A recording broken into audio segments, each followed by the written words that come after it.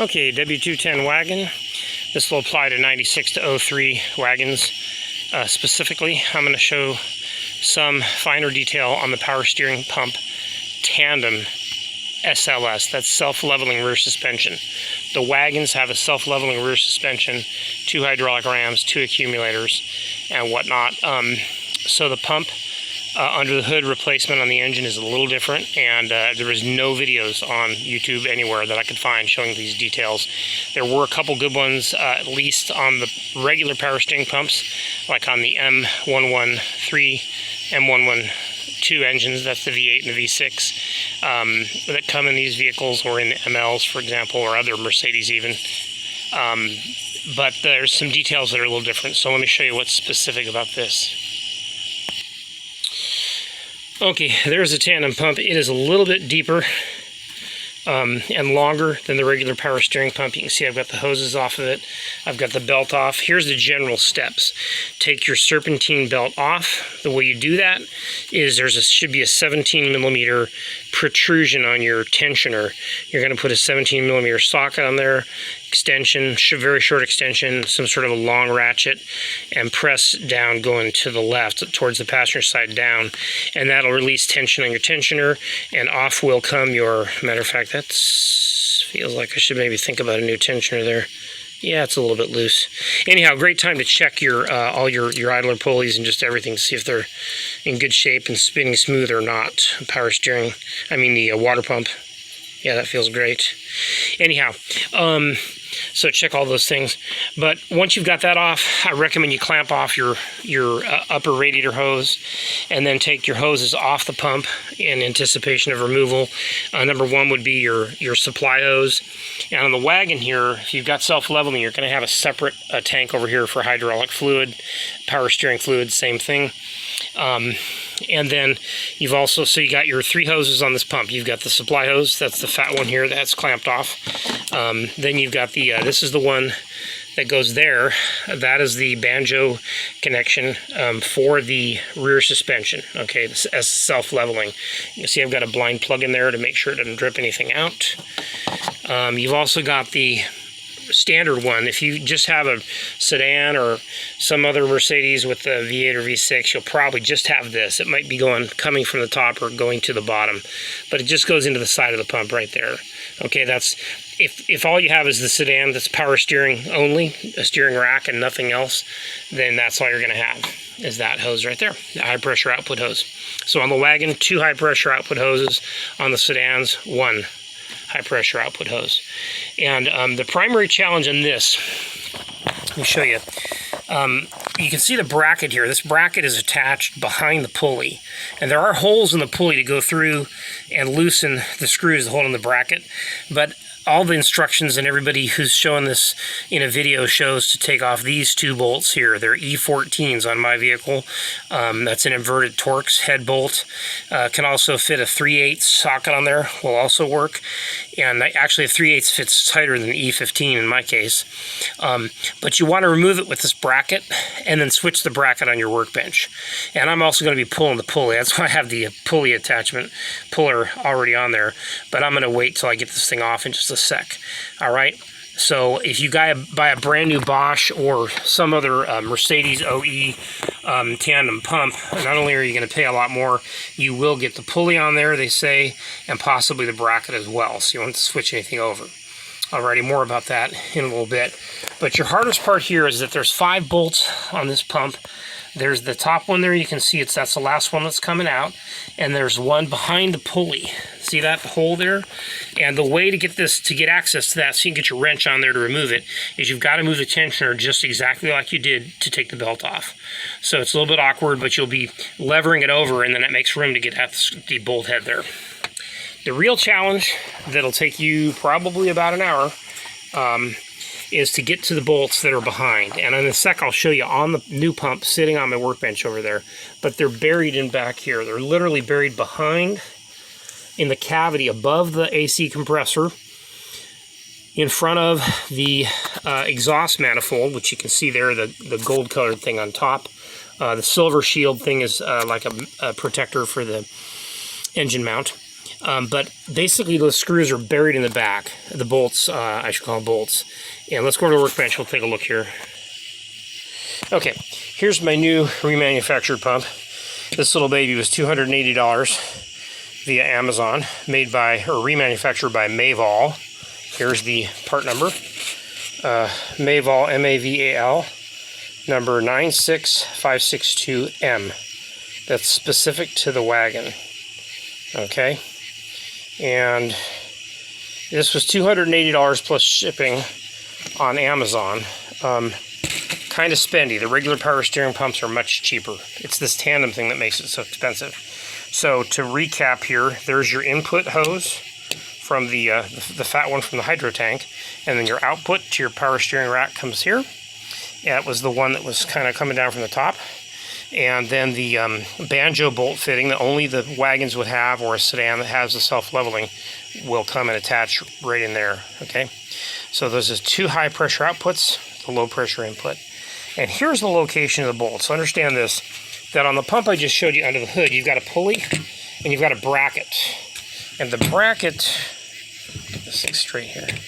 The bracket is attached right about here. And I'll try and show you a picture once I get the bracket switched over. There might be a part 3 to this video too. So this here is part 2 where I'm kind of giving you tips. So that bracket attaches here.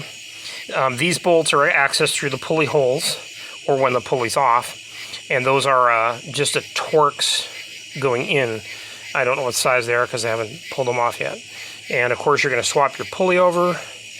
And let me show you those bolts in the back that are so challenging to get to. Okay, you can see here from the top. This one here is a ground. It's just literally got an electrical ground wire on there. So that's all that is, just a ground bolt. It's these 2 guys here that are the challenge. Because those are smack dab up against the block. You're hemmed in. It's very challenging to get to those. I think I spent probably 50 minutes getting those 2 loose. And it was not impossible, but it was very difficult. So let me show you what's involved with that. They say it's an E14, and indeed this E14 does fit the bolt heads. But here's the problem. That's only a large ratchet. There is not enough room back there for a big ratchet that I could figure. So I'm using these little bitty 1/4-inch ratchets, and they're handy. This one with a tilt head, oh my gosh, indispensable. But you might want one with a fixed head, and you may need to use the extension. That's the shortest extension I have for this size. I know they do make them shorter than that. And there's a 3/8, and that fits perfectly, absolutely perfectly on the E14 Torx head. So that'll get you in behind there, because I'm here to tell you, when you are shoved, it looks easy here on the bench, but up in behind on the engine, very little room. Okay, so you got to reach back there and feel. That's what you're doing the whole time, is you're actually reaching around with your fingers and you're getting a sense for how everything's laid out, and then you grab your wrench and you find the spot. And make sure you don't drop anything. Because if something gets lodged in there underneath here, like you lose your only socket that fits that or your only wrench, you could be in a world of hurt. All right, so be real careful with that. And a word about the instructions. So the instructions are going to be on the, well, they're on the web. What can I say? I got a set of these. A guy put the file in the thread on the Ben's World forums, and if you're looking at my video on YouTube, look in the more description, and I should have a link to the Ben's World thread covering this. And then in one of the posts there, you'll find where the member has posted these instructions.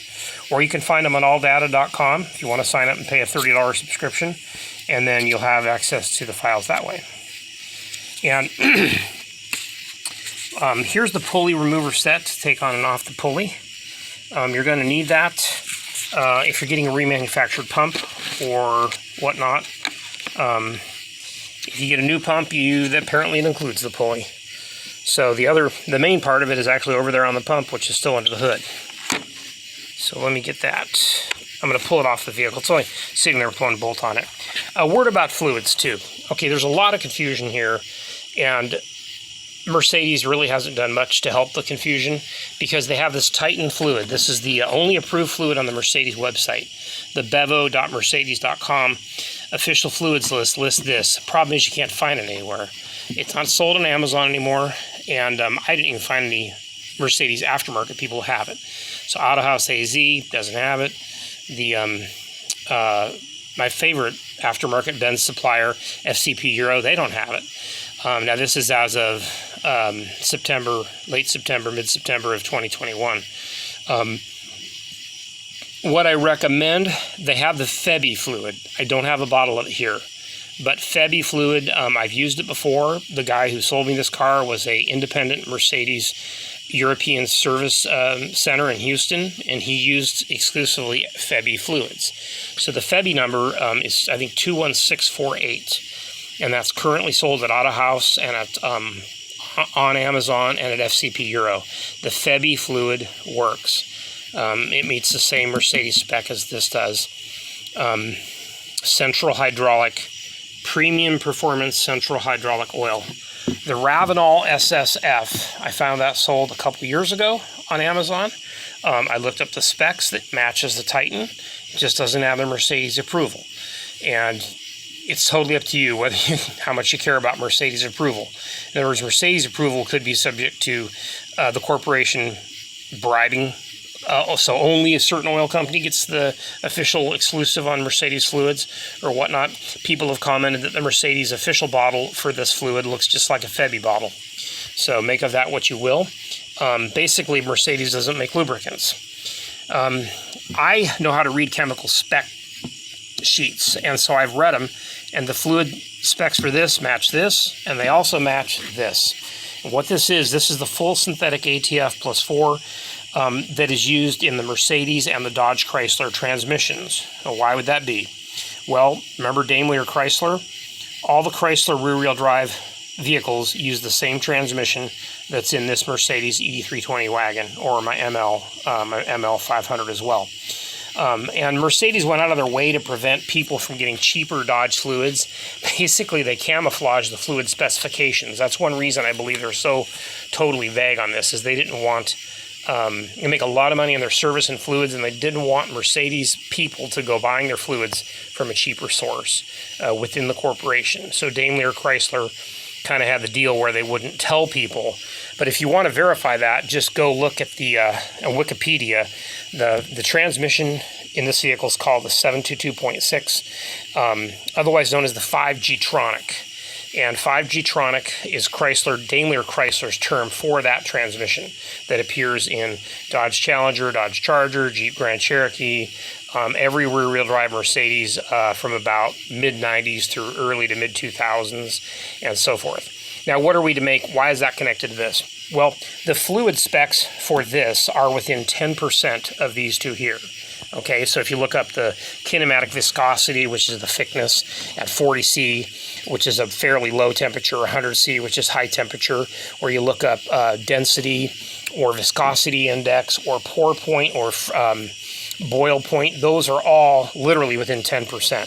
So I've been using ATF plus 4 in my central hydraulic fluid reservoir here for my suspension and steering rack for 3 years now, no problem. I really started using that when I got so frustrated I couldn't find a Titan. They only had that a time or two a year, and then it was completely gone. And the Febi was a little bit hinky in terms of availability. Ravenol, I only saw it sold one time. Seemed to work great. I mixed it actually with the ATF plus 4 and zero problems. That was a couple years ago. So there you go. You got your options. And if you're in doubt about these things, feel free to download a spec sheet for ATF plus 4. By the way, that is a engineered fluid made by 40 different manufacturers. So it's made by also Castrol and Valvoline, and everybody who makes lubricants makes an ATF plus 4, and they're all made to the same spec, so they're going to be interchangeable. Alrighty? So you can even see here on the list here, it says ATF steering gear oil.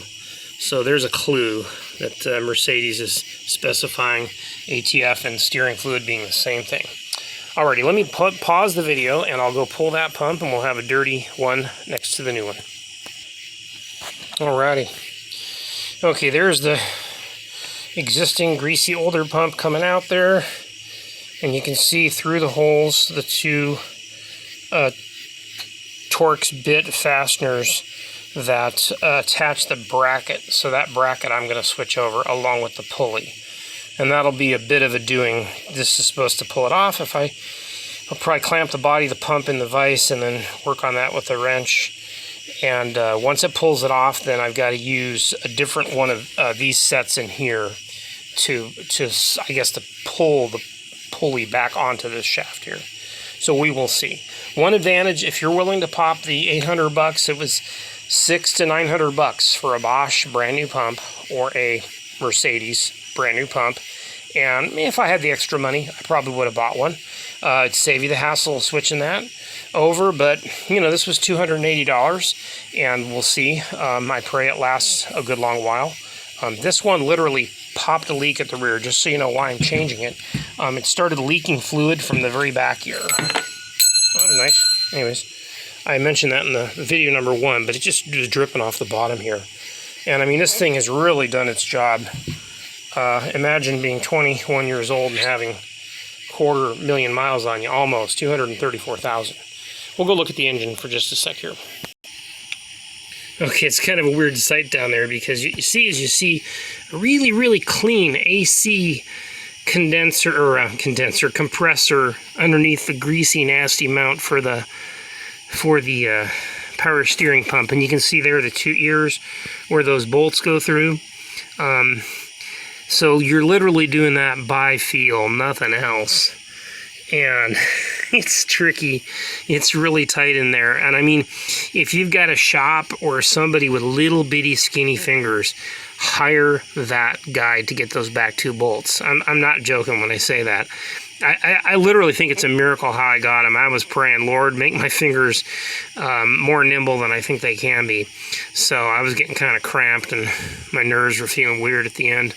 I had to achieve such an awkward position.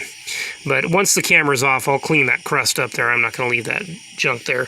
The whole compressor here would have looked a lot dirtier, but I literally had this air conditioning system redone about 2 weeks before this popped the leak on the power steering pump. So anyhow, I'm just grateful, like I said in video number 1, that it didn't pop on the road to Florida or on the road to California. So for that, I praise the Lord, because it would have been really ugly to have to deal with that sort of a road breakdown. This would be a hard part to replace on the road. Alrighty, so you can see there's your location, your 2 bolts, and there's the one down there, there's the other one up there, and I will be replacing that pump. I think that I'll give you a part 3 video when the thing is in and working and running. If there's anything more to discover, I'll mention it. But really, that's the main thing to show you, is the challenge and difficulty of reaching those 2 rear bolts. You can do it, but you really got to use the small wrench, the small 1/4 inch drive ratchet. I don't think anybody does it with a full-size one. I will admit, if this were on a V8 engine vehicle, I'm trying to think if the exhaust manifold would be further back and you'd have more room to work. Maybe. I can't say that for sure. My ML right next door there has a V8 in it, but it's got the regular power steering pump, which is shorter. And if you do have, if you're watching this video and you come here and you just have a regular power steering Mercedes non-SLS single power steering pump, yeehaw, this is going to be way easier. Matter of fact, you don't really need to watch my video too much, because it's super simple in comparison.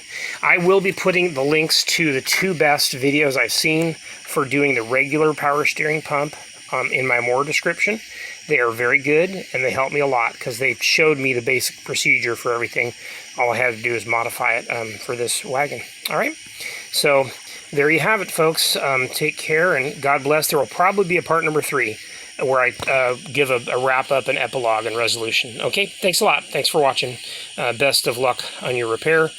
You can hit me up in the comments, and I'll be endeavoring to answer if at all possible.